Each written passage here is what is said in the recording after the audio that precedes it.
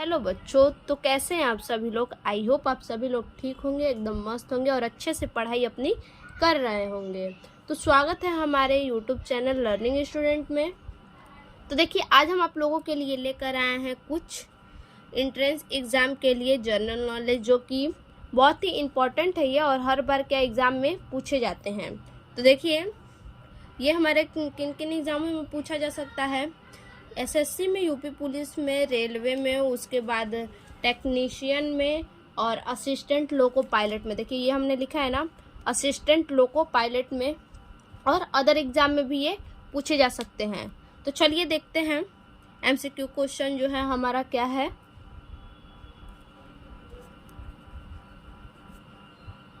देखिए, पहला क्वेश्चन है हमारा, प्रशीतन प्रशीतन की अवशोषण प्रणाली सामान्यतया निम्न में से किस प्रशीतन का प्रयोग करता है। पहला ऑप्शन है फ्रेयान 11, दूसरा फ्रेयान 22, तीसरा CO2 और तीसरा NH3।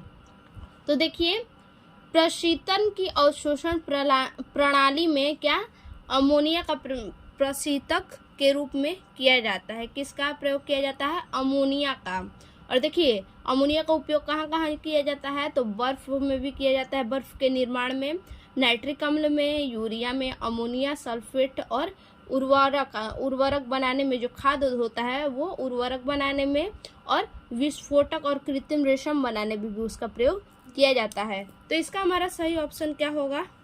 सही ऑप्शन होगा हमारा डी, NH3। ये हमारा सही होगा। अब देखते हैं दूसरा। देखिए, दूसरा हमारा क्वेश्चन है, पूछ रहा है किस पदार्थ का विशिष्ट प्रतिरोध निर्भर करता है।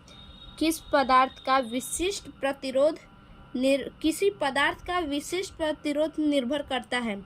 तो बताइए, ये जो प्रतिरोध होता है पदार्थ का, वो किस पर निर्भर करता है?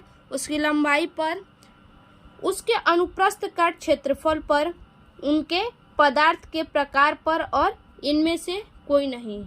तो देखिए, इसका हमारा ऑप्शन क्या होगा? इसके पदार्थ के प्रकार पर। ऑप्शन हमारा क्या होगा? सी सही होगा, क्योंकि देखिए, किसी पदार्थ का विशिष्ट प्रतिरोध जो है उसके पदार्थ के प्रकार पर निर्भर करता है। अब देखते हैं 3 नंबर क्वेश्चन। देखिए, 3 नंबर हमारा क्वेश्चन है, प्रतिदिन 8 घंटे जलाने पर 100 वाट के 10 लैंप का मासिक खपत कितना होगा। क्या कह रहा है कि प्रतिदिन जो है कि 100 वाट का लैंप जलाया जाता है 8 घंटे, जिसका कि क्या पूछा है? मासिक खपत पूछा है, कितना होगा। तो देखिए इसको हम इस फॉर्मूले पे निकालेंगे, घंटा गुणे वाट गुणे दिन बटा 1000। घंटा हमारा कितना है? 8 है, और वाट हमारा कितना है? 100 है, और दिन हमारा कितना है? 30 दिन। मासिक बोला है तो हमारा क्या होगा? 30 दिन होगा बटा 1000 हम रखेंगे। देखिए, ये हमारा कट गया और इससे ये कट गया, तो 8 तिरिके 24, हमारा क्या हुआ? 24 यूनिट हो गया। कितना? 24 यूनिट।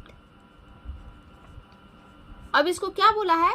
10 लैंपों के लिए। तो देखिए, 10 लैंपों के लिए, देखिए 10 लैंपों के लिए 24 गुणे 10 हमारा क्या हो जाएगा? 240। मात्रक हमारा क्या होगा? 240 यूनिट मात्रक में पूछा है, तो 240 मात्रक। देखिए, इसका आंसर हमारा क्या होगा? 240। अब इसके बाद अगला क्वेश्चन देखिए, 4 नंबर। देखिए, 4 नंबर क्वेश्चन क्या कह रहा है? 5 किग्रा वजन का एक लकड़ी का टुकड़ा, क्या 5 किलो का एक लकड़ी का टुकड़ा है, जल के भीतर उसके आयतन का 60% डुबोकर तैयार है। जल के भीतर उसके आयतन का 60% डुबोया गया है, क्या डुबो दिया गया है, डुबोकर तैयार है, तो लकड़ी का विशिष्ट गुरुत्व है। इसको बच्चा आप लोग खुद से सॉल्व कीजिए, मैं इसका आंसर बता देती हूँ क्या होगा। देखिए, इसका आंसर हमारा होगा क्या? बी, 0.60, ये हमारा आंसर होगा। इसको आप लोग एक बार खुद से सॉल्व कीजिए। अब हमारा अगला क्वेश्चन है, देखिए अगला क्वेश्चन क्या कह रहा है। 1000 वाट बराबर है, 1000 वाट बराबर क्या होता है। तो देखिए पहला हमारा ऑप्शन है एक अश्व शक्ति के, दूसरा है 1.341 अश्व शक्ति के, और तीसरा हमारा ऑप्शन है 1.541 अश्व शक्ति, और चौथा है 1.741 अश्व शक्ति। तो देखिए इसमें से हमारा आंसर कौन सा होगा। तो हमारा आंसर क्या होगा, बी। 1000 वाट बराबर कितना अश्व शक्ति होता है। तो 1.341 अश्व शक्ति के बराबर होता है 1000 वाट। अब अगला क्वेश्चन देखते हैं। देखिए अगला हमारा क्वेश्चन पूछ रहा है एक ट्रांसफार्मर कार्य करता है स्वप्रेरण के सिद्धांत पर, अन्योन प्रेरण के सिद्धांत पर, भंवर धाराएं के सिद्धांत पर, चुंबकीय प्रेरण के सिद्धांत पर। तो देखिए बच्चा, एक ट्रांसफार्मर किसके सिद्धांत पर कार्य करता है। तो देखिए सबसे पहले समझिए, जो ट्रांसफार्मर होता है एक एसी स्टैटिक डिवाइस होता है जो इलेक्ट्रिकल पावर को एक सर्किट से दूसरे सर्किट में सेम फ्रीक्वेंसी पर ट्रांसफर करता है। एक ही तरह से क्या करता है, ट्रांसफर करता है। ये जो धारा होती है, धारा के सापेक्ष में वोल्टेज को कम और ज्यादा करता है। तो देखिए इसका हमारा ऑप्शन क्या होगा, इसका हमारा ऑप्शन क्या होगा, अन्योन प्रेरण। क्या, अन्योन प्रेरण, ऑप्शन बी हमारा होगा अन्योन प्रेरण, क्योंकि क्या है, ये एसी डिवाइस है। अब इसके बाद अगला क्वेश्चन देखते हैं हमारा क्या है, 7 नंबर। देखिए 7 नंबर क्वेश्चन कह रहा है घरेलू फ्यूज तार का होता है, यानी घरेलू फ्यूज का तार का गलनांक कितना होता है। ए दिया है अति उच्च गलनांक, बी है निम्न गलनांक, सी है उच्च गलनांक, और डी है हमारा इनमें से कोई नहीं। तो देखिए हमारा आंसर क्या होगा, हमारा इसका आंसर सोचिए बच्चा, आप लोग भी बताइए इसका आंसर क्या होगा। चलिए मैं बताती हूँ, इसका आंसर हमारा बी होगा, निम्न गलनांक। घरेलू फ्यूज का तार जो होता है वो क्या होता है, उसका निम्न गलनांक पे होता है। अब देखते हैं अगला क्वेश्चन 8 नंबर हमारा क्या है। देखिए 8 नंबर क्वेश्चन हमारा कह रहा है, 8 नंबर क्वेश्चन हमारा क्या कह रहा है, निम्न तत्वों में किसका लवण पटाखों में लवण उत्पन्न करता है। निम्नलिखित तत्वों में किसका, इनमें से चारों में से किसका लवण पटाखों में लवण उत्पन्न करता है। देखिए ए हमारा है जस्ता एवं गंधक, बी है पोटेशियम एवं पारा, सी है स्टेशियम एवं बेरियम, और डी है क्रोमियम एवं निकेल। तो देखिए इसमें से हमारा ऑप्शन क्या होगा, किसका लवण पटाखों में लवण उत्पन्न करता है। तो स्ट्रासियम एवं बेरियम, सी, ऑप्शन हमारा सी सही होगा। इसके बाद अगला हमारा क्वेश्चन देखिए 9 नंबर। देखिए 9 नंबर क्या कह रहा है, मानव शरीर के किस अंग में यूरिया का निर्माण होता है। बच्चा जल्दी से बता दीजिए, बहुत ही इजी क्वेश्चन है। मानव शरीर में किस अंग में यूरिया का निर्माण होता है। पहला हमारा ऑप्शन है ए यकृत, दूसरा बी वृहद अस्थि, तीसरा अग्नाशय, और चौथा डी क्या है, प्लीहा। तो इसमें से आंसर कौन सा होगा हमारा, यकृत, सॉरी यकृत नहीं, हाँ बच्चा देखिए यकृत होगा, क्योंकि देखिए क्या कह रहा है, मानव शरीर के किस अंग में यूरिया का निर्माण होता है, यकृत में। देखिए यूरिया इकट्ठा होना अलग बात है, कहाँ इकट्ठा होता है और निर्माण उसका कहाँ होता है, यूरिया का निर्माण कहाँ होता है। क्वेश्चन को आप लोग जरा ध्यान से सुनना कीजिए कि क्या कह रहा है, यूरिया का निर्माण कहाँ होता है, तो यकृत में होता है। अब अगला हमारा क्वेश्चन देखिए, अगला हमारा क्वेश्चन जो है कह रहा है वायुमंडल में प्रकाश के विसरण का कारण। वायुमंडल में प्रकाश के विसरण का कारण ऑप्शन ए हमारा है CO2, बी है धूल कण, सी है हीलियम और डी है जल वाष्प। तो बताइए इसका आंसर, वायुमंडल में प्रकाश के विसरण का कारण। तो चलिए पहले हम बता देते हैं इसका आंसर। देखिए इसका आंसर क्या होगा, धूल कण। वायुमंडल में प्रकाश के विसरण का कारण क्या होगा, धूल कण होगा। देखिए वायुमंडल में क्या, CO2 की मात्रा वायुमंडल में कितनी पाई जाती है, 0.03% होता है। और हीलियम ऐसे ही करके कुछ और तत्व हैं जो और भी अदर गैस है जो बहुत कम मात्रा में 1% में सब पाया जाता है। और वायुमंडल में सबसे ज्यादा अक्रिय गैस कौन सा है, आर्गन है। क्या है, आर्गन। वायुमंडल में सबसे ही ज्यादा अक्रिय गैस है ये।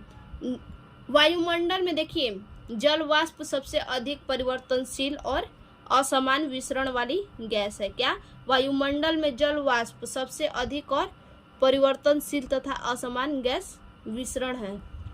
और देखिए ग्रीन हाउस जो होता है, ग्रीन हाउस इफेक्ट के लिए सर्वाधिक उत्तरदायी गैस CO2 होता है। क्या चीज, ग्रीन हाउस इफेक्ट जो होता है उसके लिए सर्वाधिक उत्तरदायी कौन होता है, CO2 होता है, कार्बन डाइऑक्साइड होता है। तो देखिए इसका हमारा आंसर क्या होगा, धूल कण होगा, बी।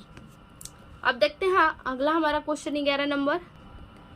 प्रकाश रासायनिक धूम्र कोहरे के बनने के समय निम्न में से कौन सी गैस उत्पन्न करती है। देखिए क्या कह रहा है, प्रकाश रासायनिक धूम्र कोहरे के बनने के समय, जो धूम्र कोहरा बनता है उसके बनने के समय इन चारों में से कौन सी गैस उत्पन्न होती है।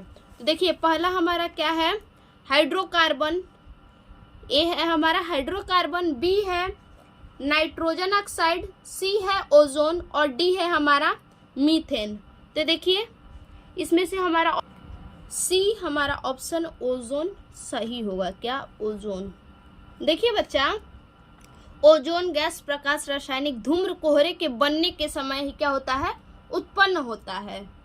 और देखिए प्राकृतिक एवं कृत्रिम रूप से भी क्या निकलने वाली हाइड्रोकार्बन नाइट्रोजन के ऑक्साइड की उपस्थिति में, हाइड्रोजन नाइट्रोजन के ऑक्साइड की उपस्थिति में क्या होता है, प्रकाश रासायनिक प्रक्रिया के फलस्वरूप क्या होता है, विषैला होता है, जो कि क्या विषैले रसायनों से युक्त बादलों का निर्माण करता है। तो देखिए अब अगला क्वेश्चन हमारा 12 नंबर। देखिए 12 नंबर हमारा क्वेश्चन क्या कह रहा है, कह रहा है कि निम्नलिखित में से कौन सी मौसमी दशा बैरोमीटर के पठन में आए अचानक गिरावट को संकेत करती है। मौसमी दशा बैरोमीटर के पठन में आए अचानक गिरावट को क्या संकेत करती है। ए हमारा ऑप्शन है तूफानी मौसम, बी हमारा ऑप्शन है शांत मौसम, सी हमारा है ठंडा एवं शुष्क मौसम और डी हमारा है गर्म एवं सूर्यास्त मौसम। देखिए यदि बैरोमीटर का पाठ्यांक में, यदि बैरोमीटर के क्या पठन में अचानक गिरावट आता है तो क्या आंधी तूफान को संकेत करता है। किसको संकेत करता है, आंधी तूफान को। तो हमारा क्या होगा इसमें से चारों में से, तूफानी मौसम। ये हमारा ऑप्शन क्या होगा, सही होगा। क्या, तूफानी मौसम।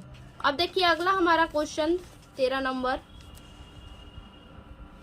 देखिए 13 नंबर ये क्वेश्चन हमारा क्या कह रहा है, निम्नलिखित में से किसने सबसे पहले बताया था कि पृथ्वी गोल है। देखिए हमारा पृथ्वी गोल है, ये सबसे पहले किसने बताया था।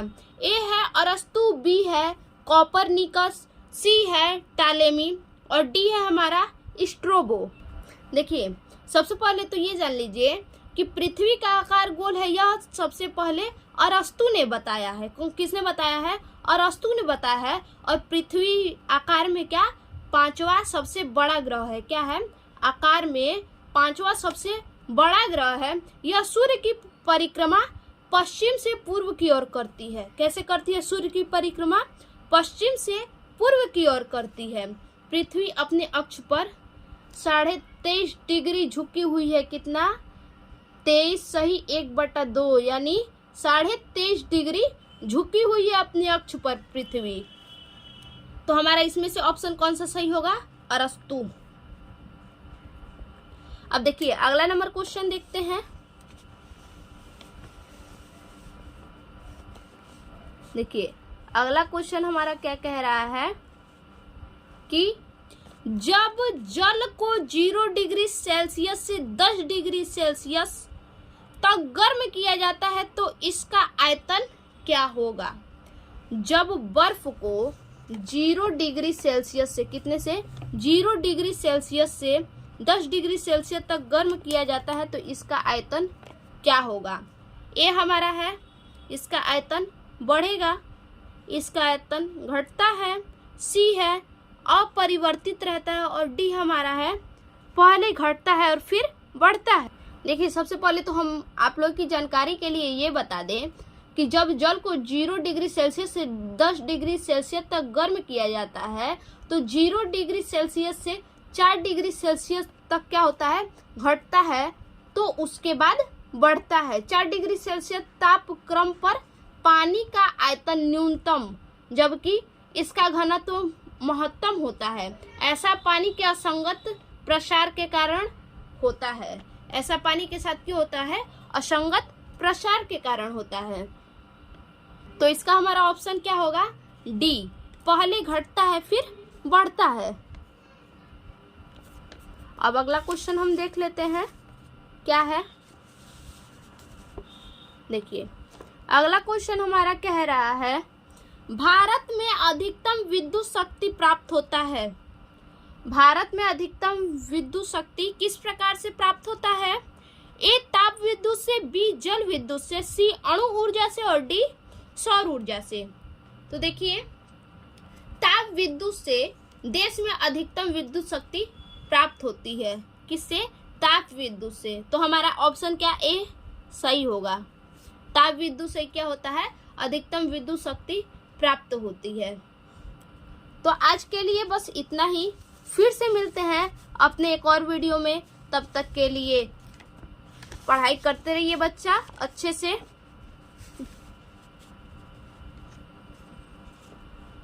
धन्यवाद।